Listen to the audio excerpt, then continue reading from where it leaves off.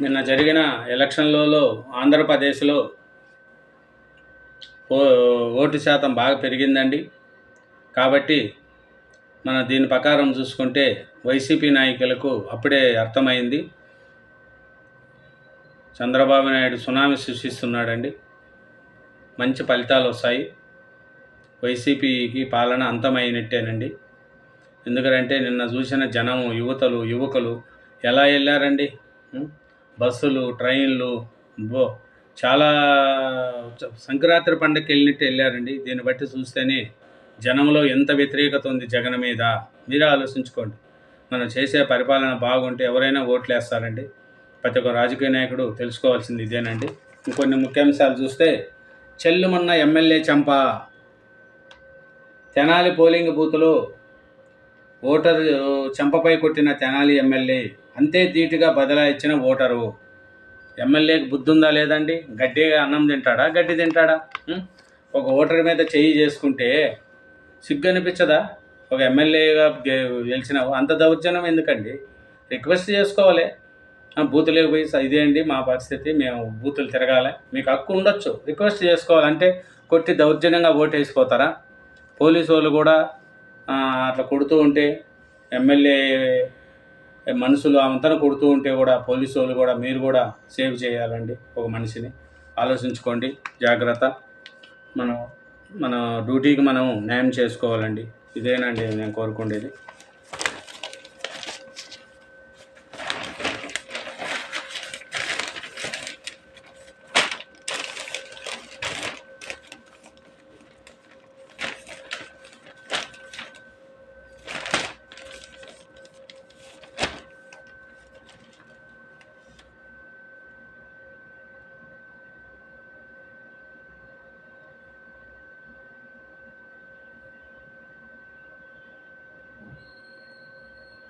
ఇక మన హైదరాబాద్లో మొత్తము 30 మంది పోటీ చేశారండి. స్వతంత్రులు 7 మంది. సికింద్రాబాద్లో 45 మంది అండి. స్వతంత్రులు వచ్చి 27 మంది అండి. మల్కాజిగిరిలో 43 మంది అండి. వాటిల్లో 21 మంది స్వతంత్రులు అండి.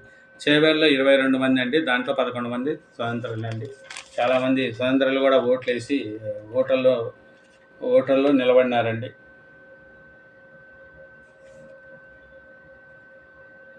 కంటోన్మెంట్ ఉప ఎన్నిక, పెరిగిన పోలింగ్ శాతము, ఖాళీగా దర్శనమిచ్చిన నగరము, రోడ్లపై కనిపించిన జనము, వాహనాలు, దుకాణాలు మూసివేత. ప్రతి ఒక్కరందరూ నిన్నైతే మొత్తం హైదరాబాద్ అంతా ఖాళీగా అనిపించిందండి. రోడ్ల మీద జనం లేరు, దుకాణాలు మూసేశారు. అందరూ ఓటర్లు వేయడానికి ఊర్లో వెళ్ళారండి. అందుకని హైదరాబాద్ నగరం నిన్న ఖాళీ కనిపించింది. మొత్తం ఊరు వెళ్ళారండి ఓట్ల కోసం. కాబట్టి తొలిసారి ఓటు హక్కు ఉండే వాళ్ళు కూడా ఈసారి చాలామంది ఓటు వినియోగించుకున్నారండి. చాలామంది ఓటు వేశారు, ఉత్సాహంగా ఓటు వేశారండి ఈసారి చాలామంది.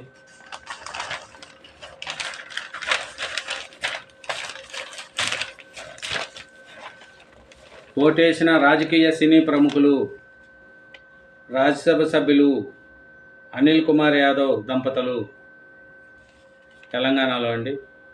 Kukatpally MLA Madhavari Krishnarao, cantonment BRS అభ్యర్థి నివేదిత, గోస్మహల్లో MLA Rajasingh, Rajendranagar MLA Prakash Goud, Amberpet MLA Kaleru Venkatesh,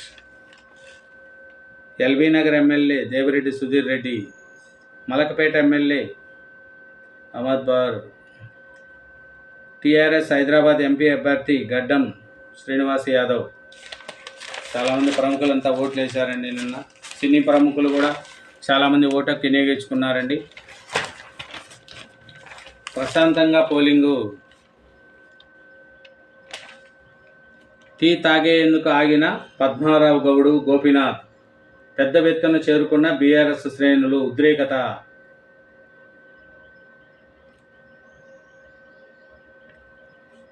ఖైరతాబాద్లో 50.14% polling. ఖైరతాబాద్లో 50.14% polling అంటారు. అట్లా వెంకయ్య నాయుడు కూడా గారు ఓటుకు వినియోగించుకున్నారండి. బండారు దత్తాత్రేయ గారు, చాలామంది ప్రముఖులు ఓటుకు వినియోగించుకున్నారండి నిన్న.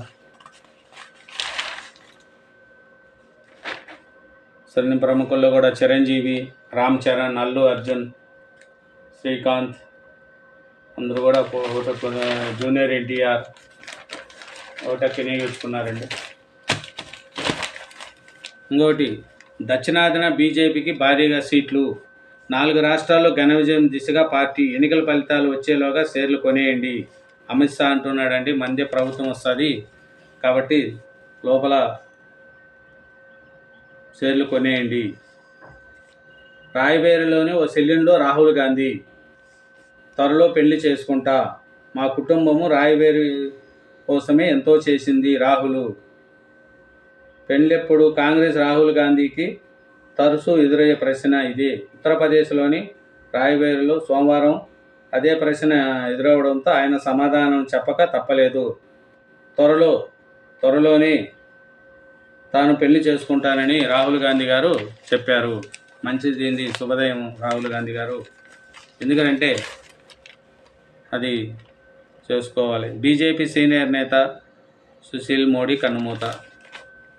వారణాసిలో మోడీ భారీ రోడ్ షో. ఈరోజు వారణాసిలో మన ప్రధానమంత్రి గారు నామినేషన్ వేస్తున్నారండి. ఈ నామినేషన్ కార్యక్రమానికి మన చంద్రబాబు నాయుడు గారు, పవన్ కళ్యాణ్ గారు ప్రత్యేక ఆహ్వానితులుగా వెళ్తున్నారు. మోడీ గారి కోసం ఇంకా సీఎంలు వాళ్ళు వీళ్ళు చాలామంది వచ్చి మోడీ గారి నామినేషన్ కార్యక్రమంలో పాల్గొంటున్నారండి.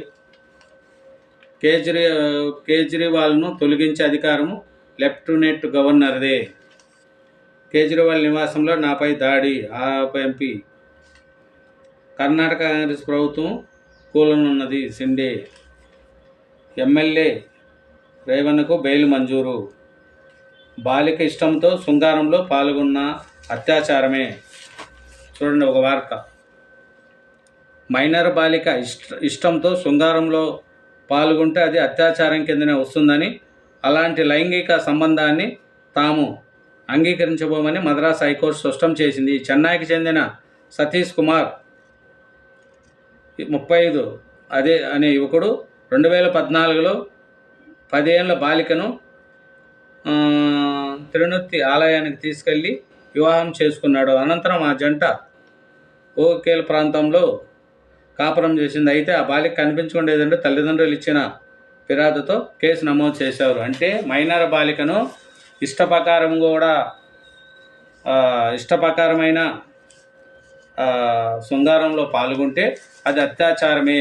అంటే అమ్మాయికి మైనర్ తీరలేదు కదా, అట్లాంటి అమ్మాయిని శృంగారంలో పాల్గొంటే, ఇష్టం ఉన్నా కూడా పాల్గొంటే అది అత్యాచారం కింద కేసు నమోదు చేస్తారంట.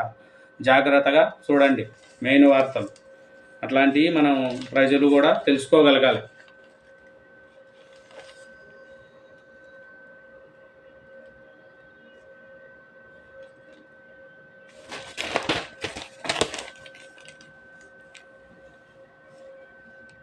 కొడంగల్లో రేవంత్, చింతమడకలో కేసీఆర్ ఓటుకి వినియోగించుకున్నారు.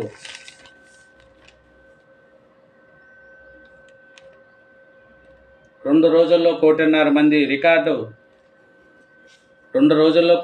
మంది ఆర్టీసీ బస్సుల్లో రికార్డు స్థాయిలో రాకపోకలు. 2.5 మంది పోయారంట, రికార్డు స్థాయి అంట. ఆధార్ కార్డుతో ఫోటో, నీ ముఖం ఒకటేనా? పోలింగ్ బూతుల్లో ముస్లిం మహిళలకు హైదరాబాద్ బీజేపీ అభ్యర్థి మాధవీలత ప్రశ్న. నికాబ్ తొలగింపు, వెనుదిరిగిన మహిళ, పోలీసులకు ఫిర్యాదు చేసిన BLO. గుండెపోటుతో ఉద్యోగి, 5 ఓటర్లు మృతి. నిన్న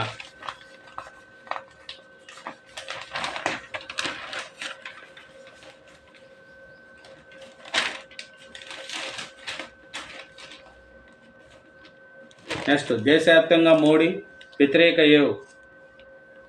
కేంద్రంలో ఇండియా కూటమి సర్కారే. ఈ ఎన్నికలు మా రోజులు పాలనకు రెఫరెండము. రేవంత్ రెడ్డి గారు. కొత్త శక్తిగా అవతరిస్తున్నాము. ప్రాంతీయ పార్టీలదే కీలక పాత్ర. కేసీఆర్ గారు. ఎవరు తోసిందో వాళ్ళు చెప్పుకుంటున్నారండి ఎలక్షన్లలో. ఉత్తరం ఒకేలా, దక్షిణం మరోలా. ఎవరి ధీమా వారిదే. పూరి గుడిసెనే పోలింగ్ స్టేషను. ఇది అండి ఈరోజు మన మెయిన్ వార్తలు. చూసుకుంటే జనం వేశారండి, కాబట్టి అందరూ కూడా ఆలకించారు. మంచిగా ఈసారి అయితే ఓట్లు బాగా వేశారండి, అది సంతోషము. నేను కూడా ఓటు వేసాను, చూడండి నా ఓటు, నేను కూడా ఓటు వేసుకున్నానండి. కాబట్టి ప్రతి ఒక్కరూ ఓటేసి ఆశీర్వదించాలని కోరుకుంటున్నామండి. Thank you.